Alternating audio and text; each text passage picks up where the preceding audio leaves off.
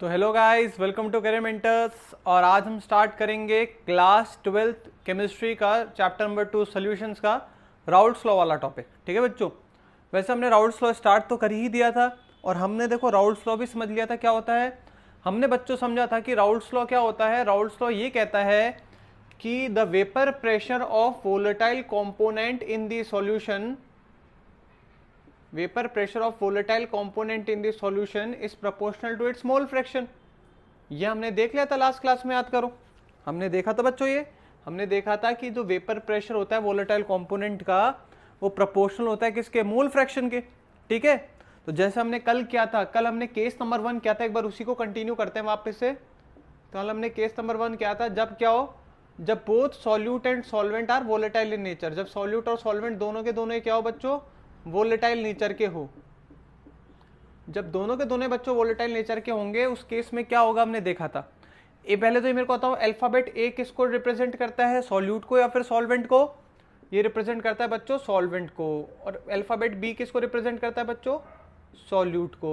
यहां तक मेरी बात आप लोगों को क्लियर है?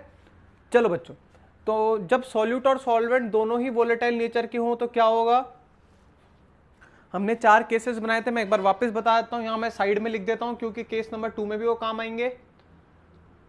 हमने यहां लिया था ए जो कि होता है आपका सॉल्वेंट, और ए को लिया था हमने बी जो क्या होता है हमारा सॉल्यूट। ठीक है बच्चों, और यहां पे हमने क्या क्या लिया था, यार ध्यान से देखना। हमने नंबर ऑफ मोल्स क्या क्या लिए थे, नंबर ऑफ मोल्स इसके लिए थे Na माने थे और इसके Nb एज्यूम किए थे। हमने मोल फ्रैक्शन क्या क्या एज्यूम किया था, मोल फ्रैक्शन याद करो बच्चों, इसका क्या था हमने XA और इसका हमने क्या था XB। हमने वेपर प्रेशर इन सॉल्यूशन क्या एज्यूम किया था, याद करो, vapour pressure in solution PA और PB। और अगला हमने एज्यूम किया था vapour pressure in pure state, ये कितना हो गया था बच्चों, P0A और P0B। क्या मेरी बात यहां तक क्लियर है? ये अगर आपको नहीं याद है तो प्लीज प्रीवियस वीडियो को देखें। ठीक है, और आपको अगर वीडियोस पसंद आ रहे हैं तो प्लीज लाइक करें, और कमेंट में आपको अगर कुछ लिखना चाहो तो आप लिख सकते हो। कुछ भी आपको अगर कहना चाहो तो मुझसे कुछ भी कहना चाहते हो तो आप कह सकते हो। कुछ इंप्रूवमेंट करना है, कुछ इंप्रोवाइजेशन करना है मेरे को, या फिर मेरे को कुछ टॉपिक पढ़ाना है, या फिर आप मेरे को पर्सनल मैसेज भी कर सकते हो क्योंकि आप लोग तो मेरे को जानते ही हो। ठीक है बच्चों, तो यहां तक आपने पढ़ लिया था सब कुछ, कोई प्रॉब्लम नहीं? प्रॉब्लम। चलो बच्चों आगे, तो बच्चों आगे देखते हैं हम क्या हुआ। ये आपको पता ही है, और हमने क्या स्टार्ट किया था, पहला फॉर्मूला आया था मेरे पास क्या बच्चों, PA is equals to P0A XA, या फिर हम इसको और थोड़ा सा स्पेसिफिकली लिखूं अगर मैं, तो पहला आया था PA is proportional to XA, तो PA is equals to P0A XA। Constant क्या होगा, P0A। सेम अगर आप सॉल्यूट के लोगे तो PB is proportional to XB, तो PB is equals to P0B XB। यहां तक बात क्लियर है? और आपको होता है वेपर प्रेशर ऑफ सॉल्यूशन क्या होगा बच्चों, वेपर प्रेशर ऑफ सॉल्यूशन क्या होगा, PA plus PB, PA plus PB। तो वेपर प्रेशर ऑफ सॉल्यूशन किसके बराबर हो जाएगा, P0A XA plus P0B XB। क्या मेरी बात क्लियर है आपको?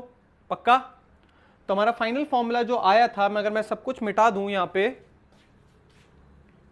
तो प्रेशर ऑफ सॉल्यूशन का जो फाइनल फॉर्मूला आया था मेरे पास, आपके पास, तो वो क्या आया था बच्चों, वो आया था आपके पास PS is equals to P0A XA plus P0B XB। Please revision करते हुए चलें, खाली मत बैठा करें। PS equals to P0A XA plus P0B XB। ये किस केस में है, when both solute and solvent are volatile in nature. Clear है? सेकंड इंपॉर्टेंट थिंग बच्चों ध्यान रखना, यहाँ पे क्या क्या है, PS मतलब क्या है, vapour pressure of solution. P0A मतलब क्या है, vapour pressure of solvent in pure state. XA मतलब क्या है, mole fraction of solvent. P0B मतलब क्या है, vapour pressure of solute at pure state या इन प्योर स्टेट। और XB क्या है, मोल फ्रैक्शन ऑफ सॉल्यूट।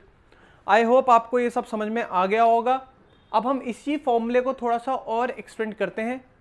देखो हम क्या कोशिश करना चाहते हैं, हम चाहते हैं कि इस फॉर्मूले में से XA एलिमिनेट हो जाए और फाइनल जो आंसर है वो XB की टर्म्स में है। आगे हम पढ़ेंगे, जब हम कॉलिगेटिव प्रॉपर्टी पढ़ेंगे इसी चैप्टर में आएगा, तो जो बहुत इंपॉर्टेंट टॉपिक है, तो उसमें हम पढ़ेंगे कि हमें जितनी भी चीजें निकालनी है वो हमेशा सॉल्यूट के टर्म्स में निकालनी है। ठीक है, क्योंकि सॉल्यूट को मेजर करना आसान होता है एज कंपेयर टू सॉल्वेंट। एक बात ध्यान रखना बच्चों, सॉल्यूट को मेजर करना आसान होता है एज कम्पेयर टू सॉल्वेंट, क्योंकि सॉल्यूट लो क्वांटिटी में होता है और अपने हिसाब से आप सॉल्यूट को घटते बढ़ा सकते हो। ठीक है, मेरी बात समझ में? अरे आपको मैंने पानी दे दिया और आपको चीनी दे दी, तो आप चीनी को अपने हिसाब से घटते बढ़ा सकते हो ना। चम्मच से जब चीनी सॉल्यूट को जब आप सॉल्वेंट में डालोगे उससे पहले आप मेजर कर देना। ठीक है, तो जनरली सॉल्यूट के टर्म्स में ही हम आंसर निकालेंगे, इसलिए हम चाहेंगे कि यहाँ से एक्स से तो रिमूव हो जाए और एक्स बी के टर्म्स में पूरा का पूरा वेपर प्रेशर ऑफ सॉल्यूशन हम यहाँ पे एनालाइज करें फिर ऑब्टेन करें। बात क्लियर है मैं क्या कहना चाह रहा हूँ? मैं ये कहना चाह रहा हूँ कि हमारा जो पूरा का पूरा जो आंसर है वो एक्स बी के टर्म्स में ही आना चाहिए। अब तो क्लियर होगा आपको? तो अब हम क्या करेंगे, ध्यान से देखना। देखो मैंने आपको मतलब जब मैं आपको मोल फ्रैक्शन बढ़ा रहा था तब मैंने आपको समझाया था कि सबके मोल फ्रैक्शन का सम कितना होगा, मेरे को बताओ। मेरे को एक बात बताओ बच्चों, एक्स से प्लस एक्स बी कितना होगा? आप में दिमाग चल रहा होगा तो अरे याद करो बच्चों, मेरे हिसाब से आपको याद नहीं है। अगर मान लो ये मेरे पास एक सर्किल है और ये एक शेडेड रीजन है, तो शेडेड रीजन का फ्रैक्शन कितना होगा? 1/4। और अनशेडेड का कितना होगा बच्चों? 3/4। और इन दोनों को जोड़ देंगे तो कितना आंसर आ जाएगा? 4/4 विच इज इक्विवेलेंट टू 1। मतलब आप फ्रैक्शन को अगर ऐड कर दोगे तो फाइनल आंसर 1 आ जाएगा। तो आपको बात समझ में आ गई होगी, क्योंकि x से और xb से मिलकर ही बना है पूरा सॉल्यूशन। तो x से प्लस xb किसके बराबर होगा बच्चों? 1 के बराबर होगा। क्या ये मेरी बात क्लियर है आपको? अरे मोल फ्रैक्शन इन सब ये मैं आपको पहले ही बता चुका हूं। तो x और xb से मिलके बनेगा, तो x से प्लस xb कितना हो जाएगा बच्चों? 1 हो जाएगा। तो मेरे को प्यारे बच्चों बताओ कि x से कितना हो जाएगा फिर इस पर्टिकुलर इक्वेशन से? 1 माइनस xb। क्या मेरी बात क्लियर है आपको? x से कितना हो जाएगा? 1 माइनस xb। और फिर इसको हम पुट करेंगे बच्चों कहाँ पे? यहाँ पे पुट करेंगे। तो बताओ क्या हो जाएगा? PS equals to P not A, X से तो कितना है बच्चों? 1 minus X B plus P not B X B. अब इस पूरे ब्रैकेट को खोलते हैं फटाफट हम। ब्रैकेट को खोलो फटाफट। PS equals to P not A multiply by 1 क्या हो जाएगा? P not a.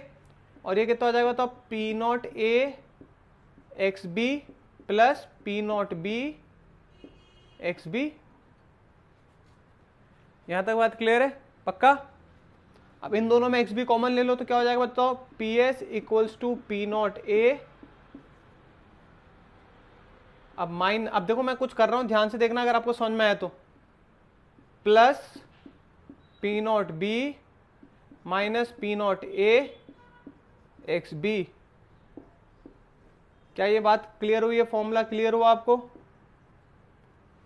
इतना इंपॉर्टेंट नहीं है, ज्यादा स्टार लगा दिया मैंने इसको, बट इतना इंपॉर्टेंट नहीं है। इसके अगला वाला बहुत इंपॉर्टेंट है, इसको भी आप इतना याद मत रखो। इसमें ज्यादा इंपॉर्टेंट कौन सा है बच्चों? ये वाला फॉर्मूला, ये मोस्ट इंपॉर्टेंट फॉर्मूला है। क्या बच्चों? P not A X A plus P not B X B equals to P not S. But मैंने इसको एक्स बी के टर्म्स में निकाल दिया, बहुत आसान है, बहुत कर लोगे आप। एग्जाम में आएगा तो नहीं, वैसे इंपॉर्टेंट नहीं है, बट ये करना आ गया आपको, क्योंकि ये मैं इसलिए सिखा रहा हूँ क्योंकि जो केस 2 आएगा वहां पे यही करना है आपको और कुछ नहीं करना है। यहां तक मेरी बात क्लियर है? तो बच्चों अब हम केस 2 देखते हैं। ये फॉर्मूला कुछ खास इंपॉर्टेंट नहीं है, बट तब भी देख लेते हैं। P S equals to P not A plus P not B minus P not A whole bracket और एक्स बी। क्लियर है? चले बच्चों आगे। अब हम आते हैं केस 2 पर। ठीक है,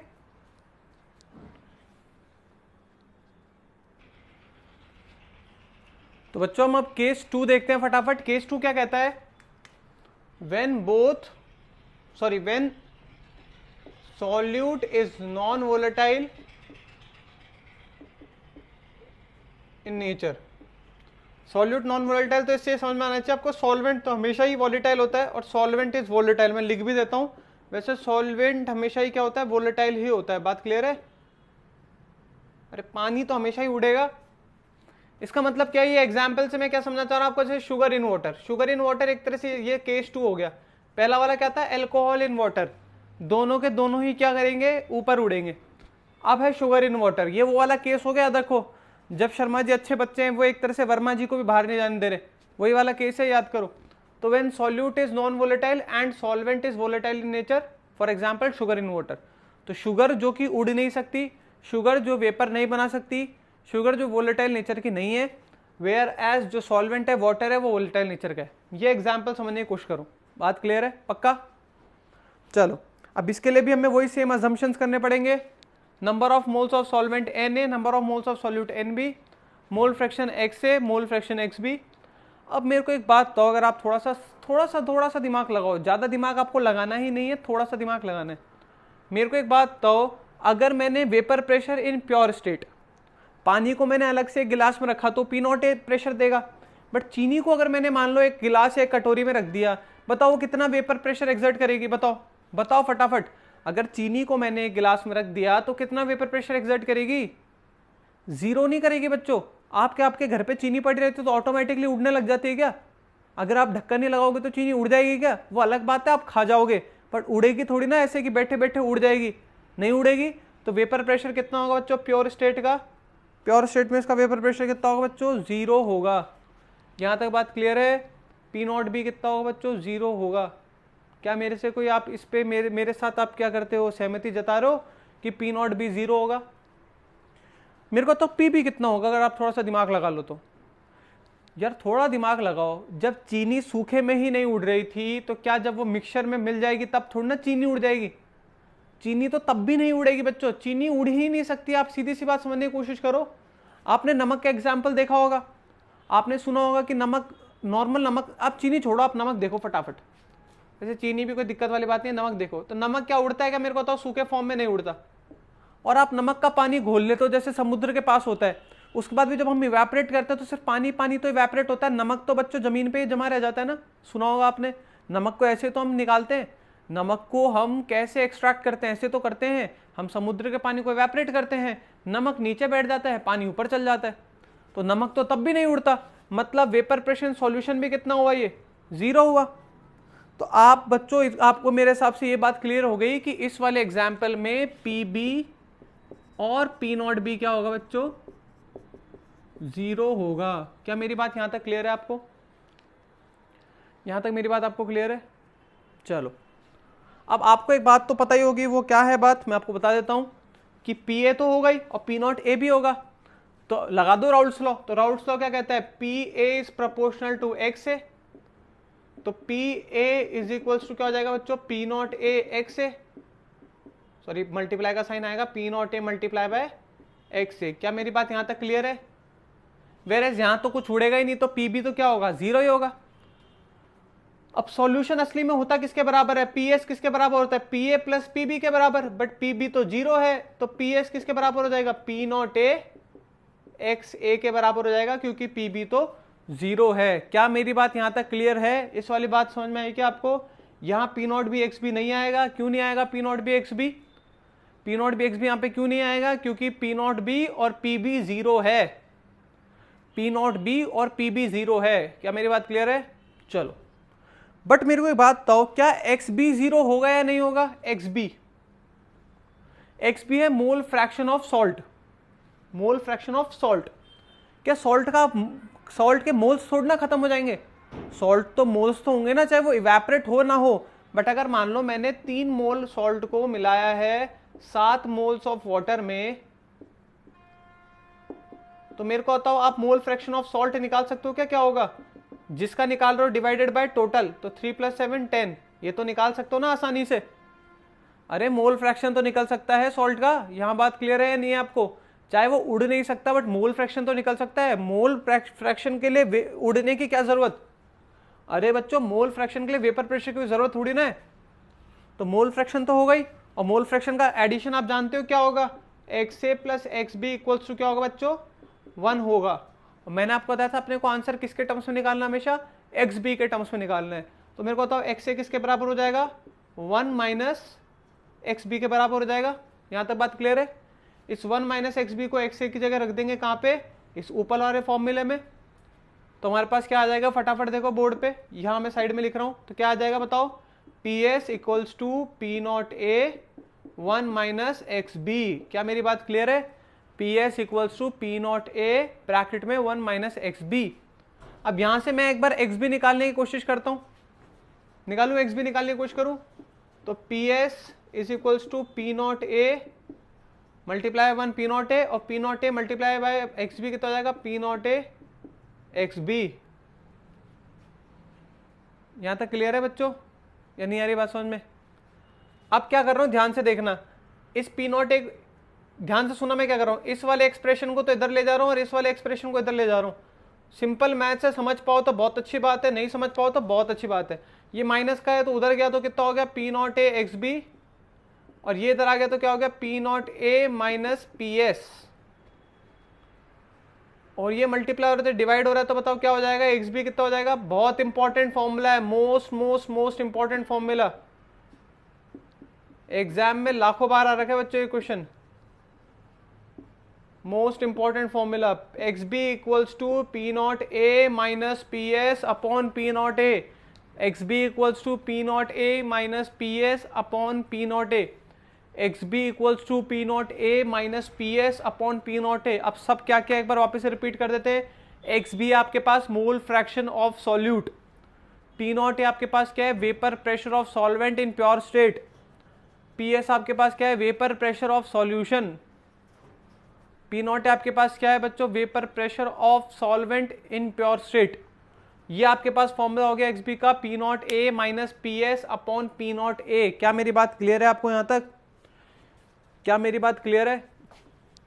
अब फटाफट बोर्ड पे आते हैं, फटाफट बोर्ड पे आते हैं, फटाफट बच्चों देखो बोर्ड पे आते हैं फटाफट, ध्यान से देखना। इस फॉर्मूले को हम जड़ से खोलते हैं, बिल्कुल बहुत इंपॉर्टेंट फॉर्मूला है, ध्यान रखना ये, और इसको बोलते क्या है ये भी ध्यान रखना।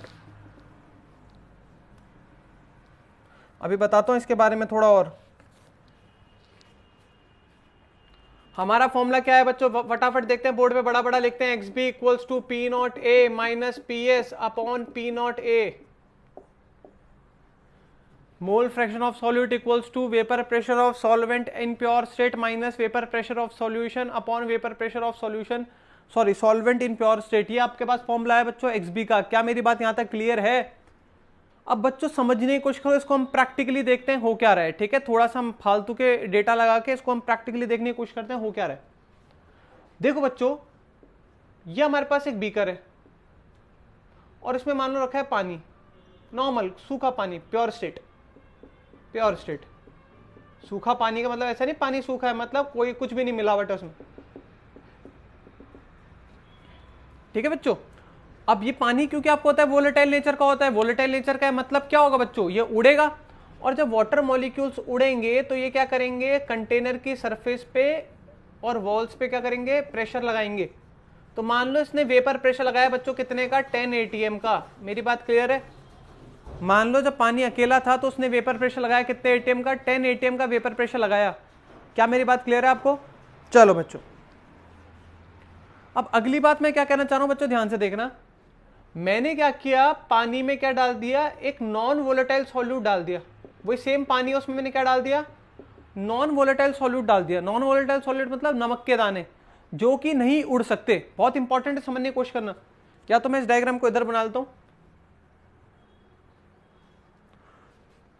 मैंने क्या कर दिया, इसी पानी में बच्चों क्या कर दिया, इसी पानी में मैंने क्या कर दिया नॉन वोलेटाइल सॉल्यूट डाल दिया। नॉन वोलेटाइल सॉल्यूट का मतलब बच्चों क्या, नमक के दाने, ठीक है।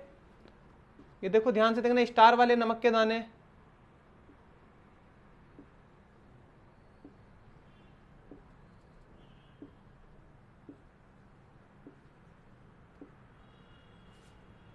बाकी सब कुछ सेम है, ये थोड़ा वो तो ड्राइंग की थोड़ी गलती करता ही हूं मैं, आपको पता है। बाकी वाटर सेम है, अमाउंट सेम है, बस क्या कर दिया इसमें क्या कर दिया नमक के दाने डाल दिए मैंने। नॉन वोलेटाइल सॉल्यूट की एंट्री हो चुकी है सॉल्यूशन बनाने में। यहां तक बात क्लियर है। यहां था प्योर स्टेट में कौन, सॉल्वेंट, यहाँ सॉल्वेंट प्योर स्टेट में था, और यहाँ पे क्या कर दिया आपने, क्या कर दिया इसमें क्या कर दिया नॉन वोलेटाइल सॉल्यूट भी डाल दिया, non volatile solute plus solvent.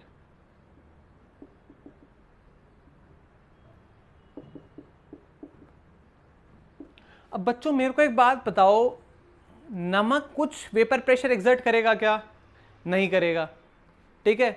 पानी अपना नॉर्मल वेपर प्रेशर कितना एग्जर्ट कर रहा था अगर अकेला रह रहा था, 10 atm का। बट क्या नमक कुछ वेपर प्रेशर एग्जर्ट करेगा क्या, सोच के बताओ, नमक कुछ वेपर प्रेशर एग्जर्ट करेगा, नहीं करेगा।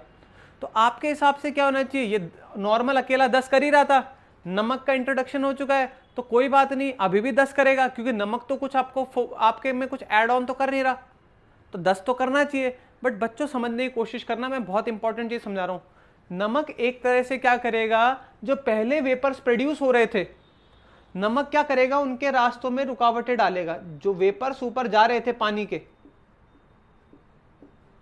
उनके रास्तों में क्या करेगा बच्चों, रुकावट डालेगा। क्या मेरी बात क्लियर है क्या आपको? नहीं आ रही मेरी बात समझ में आपको? देखो नॉर्मल केस था, यहाँ क्या था, यहाँ पानी अकेला था, अपने आप इवेपोरेट हो रहा था, सरफेस पे फोर्स लगा रहा था धड़ाधड़ धड़ाधड़ धड़ाधड़, और सरफेस पे वेपर प्रेशर एक्सर्ट कर रहा था कितना, 10 atm का। इस वाले केस में क्या हो गया, बीच में नॉन वोलेटाइल सॉल्यूट की भी एंट्री हो गई। अब क्योंकि नॉन वोलेटाइल सॉल्यूट है जो कि पानी में ही रहेगा, वो उड़ेगा है नहीं, तो जो वाटर के वेपर्स पहले जो बन रहे थे, जो 10 atm का प्रेशर लगा रहे थे, अब वो 10 atm का नहीं लगा पाएंगे। इसका रीजन ये है कि बीच रास्ते में जब वेपर्स फॉर्मेशन हो रहा होगा और वेपर्स क्या कर रहे होंगे, उड़ने की कोशिश कर रहे होंगे, लिक्विड से वेपर बनने की कोशिश कर रहे होंगे, उस बीच में जो सॉल्यूट है वो एक तरह से अगर हम आपकी लैंग्वेज में बोलते हो थोड़े कीड़े करेगा, मतलब बीच में टांग डालेगा, रुकावटें डालेगा। यहां तक बात क्लियर है? इसको वेपराइज नहीं होने देगा अच्छी तरीके से, ठीक है। इसके जैसे मान लो कि यहाँ पे मैंने क्या कर दिया, सॉल्ट के मान लो मॉलिक्यूल्स हैं, तो ये जो नमक, ये आपके पास जो क्या है, ये क्या है आपके पास, ये जो वेपर्स बन रहे थे किसके, वाटर के, इनके रास्ते में क्या करेगा, रुकावटें डालेगा। ऑल्दो वाटर वेपर्स ऐसा नहीं है कि पूरे की तरह रुक जाएंगे, ऐसे रुक के ऐसे करके ऐसे निकल जाएंगे, बट समझने की कोशिश करना, बीच में प्रेशर कम हो चुका है, क्योंकि प्रेशर का कुछ अमाउंट तो क्या हो गया, इससे कोलाइड करने में वेस्ट हो गया। क्या मेरी बात क्लियर है? पहले नॉर्मल क्या होते, सीधे जा रहे थे तो कितने का प्रेशर एक्सर्ट कर रहे थे, 10 atm का। अब रास्ते में कौन आ गया, सॉल्ट आ गया, तो सॉल्ट आ गया तो अब प्रेशर थोड़ा सा क्या होगा, कम होगा। बात क्लियर है मैं क्या कहना चाह रहा हूं?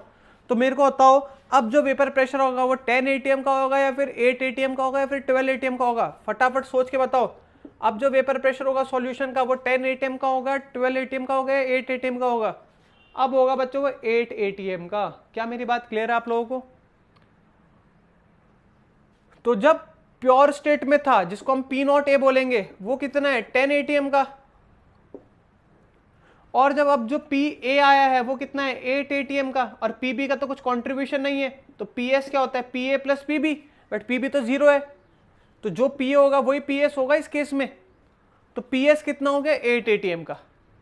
तो नॉर्मल कितना था, P0 A कितना था, 10 atm का।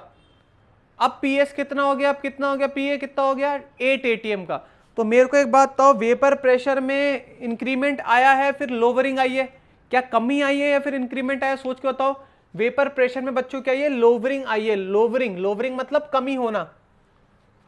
और कितने की कमी आई है, पहले था 10, अब 8 आ गया, तो कितने की कमी आई, 2 की कमी आई, 2 atm की कमी आई। तो इस पूरी प्रक्रिया को हम क्या बोलते हैं, लोवरिंग इन वेपर प्रेशर। किसको, पहले था P0 A और अब हो चुका है PS, पहले था 10 और अब हो चुका है 8, तो ये जो डिफरेंस आएगा इसको हम क्या बोलेंगे बच्चों, इसको हम बोलेंगे लोवरिंग इन वेपर प्रेशर। तो इस वाले फॉर्मूले में इतने वाले पार्ट को P0 A माइनस PS को क्या बोलेंगे बच्चों, लोवरिंग इन वेपर प्रेशर। क्या मेरी बात क्लियर हो रही है आपको? तो अगर आपसे कोई बोले sir what is lowering in vapour pressure, तो आप क्या बोलोगे बच्चों, लोवरिंग इन वेपर प्रेशर क्या होगा, P0 A माइनस PS। क्या मेरी बात क्लियर है? P0 A माइनस PS क्या होगा, लोवरिंग इन वेपर प्रेशर होगा। अब चले आगे, अब आएगा P0 A क्या होगा, फिर P0 A क्या होगा। अब P0 A क्या होगा, आपको पता ही है P0 A क्या होता है, vapour pressure of solvent in pure state. But मैं आपको एक चीज समझाता हूं, जब भी आप इनिशियल वैल्यू से किसी भी वैल्यू को डिवाइड कर देते, जैसे कि मैं आपको समझाता हूं, आपने कभी सीखा, आपने रिलेटिव ह्यूमिडिटी सुना होगा नाम, रिलेटिव डेंसिटी सुना होगा आपने, रिलेटिव वेलोसिटी सुना होगा। तो इन सब केसेस में क्या होता है, जो फाइनल वैल्यू होती है वो जो हो गया डिवाइडेड बाय इनिशियल वैल्यू। ये सुना है आपने, ये नहीं सुना? जैसे अब मैं बोल रहा हूँ रिलेटिव डेंसिटी क्या होती है, तो density of substance divided by density of water, जो इनिशियल डेंसिटी होती है उससे डिवाइड कर देते हैं। सेम यहां हमने इस लोवरिंग इन वेपर प्रेशर को किससे डिवाइड कर दिया, P0 A जो इनिशियल वैल्यू थी उससे डिवाइड कर दिया। तो इस पूरी टर्म का नाम क्या हो जाएगा, इस पूरी टर्म का नाम हो जाएगा बच्चों क्या, रिलेटिव लोवरिंग इन वेपर प्रेशर। अगर लोवरिंग इन वेपर प्रेशर की रिलेटिव वैल्यू निकाल दे, रिलेटिव मतलब रिलेटेड टर्म्स में, किससे रिलेट करके, P0 A से रिलेट करके, तो इसको हम क्या बोलेंगे बच्चों, रिलेटिव लोवरिंग इन वेपर प्रेशर। क्या बोला मैंने, P0 A माइनस PS क्या होता है, लोवरिंग इन वेपर प्रेशर, और उसको डिवाइड कर दिया किससे, P0 A से, तो जो ओवरऑल एक्सप्रेशन बनेगा वो क्या होगा, रिलेटिव लोवरिंग इन वेपर प्रेशर। इसको रट लेना, बहुत इंपॉर्टेंट है ये टर्म। एक बार मैं वापस बता देता हूं आपको, शुरुआत में 10 एटीएम का प्रेशर था, अब कितने का हो चुका है? 8 एटीएम का प्रेशर हो चुका है। पहले 10 का था और अब 8 का हो चुका है। इसको तो हम क्या बोलेंगे बच्चों? इसको बोलेंगे लोअरिंग इन वेपर प्रेशर। और इसको डिवाइड कर देंगे वापस से 10 से, तो क्या हो जाएगा? 2/10 जो 0.2 आया वो क्या हो जाएगा बच्चों? वो हो जाएगा relative lowering in vapour pressure, मतलब रिलेटिवली कितना कमी हुई है। तो रिलेटिवली निकालने के लिए हमें क्या करना पड़ेगा? इनिशियल वाली से डिवाइड करना पड़ेगा, और इनिशियल क्या है बच्चों? P0A। बात क्लियर है? तो एक बार बस लास्ट टाइम मैं वापस रिपीट कर देता हूं, P0A माइनस PS क्या होगा? Lowering in vapour pressure, whereas P0A minus PS upon P0A क्या होगा बच्चों? वो होगा relative lowering in vapour pressure. क्या मेरी बात आप लोगों को क्लियर है? तो बस यही सबसे इंपॉर्टेंट बात है आपके राउल्स लॉ में, ये दो केसेस हैं। अब नेक्स्ट क्लासेस में हम इसके ग्राफ्स बनाएंगे, ठीक है? तब तक के लिए प्लीज रिवाइज कीजिए क्या चल रहा है आपके स्कूल में, जो भी चैप्टर चल रहा होगा, बट इसको थोड़ा थोड़ा आधा आधा घंटे दिन का देंगे तो मैं बोल रहा हूँ ये चैप्टर बहुत आसानी से हो जाएगा। बहुत इंपॉर्टेंट चैप्टर है आपका, अराउंड 5 से 6 नंबर का, 4 से 5 नंबर का तो आता ही आता है चैप्टर। अब तो क्योंकि वापस से पूरा सिस्टम चेंज हो गया, क्योंकि वापस से सॉलिड स्टेट का इंट्रोडक्शन हो गया। पिछले साल सॉलिड स्टेट आपके कोर्स में नहीं था, बट 5 नंबर से कम का नहीं आता है, 5 नंबर तक तो आता ही आता है। 4 से 5 नंबर से कम आज तक कभी नहीं आया चैप्टर, 5 नंबर तक आता ही है। तो प्लीज इस चैप्टर को ढंग से कर लीजिएगा, ये इंपॉर्टेंट टर्म्स है। नेक्स्ट क्लास में हम इसके ग्राफ देखेंगे, तो तब तक के लिए वीडियोस को देखते रहें। Thank you very much.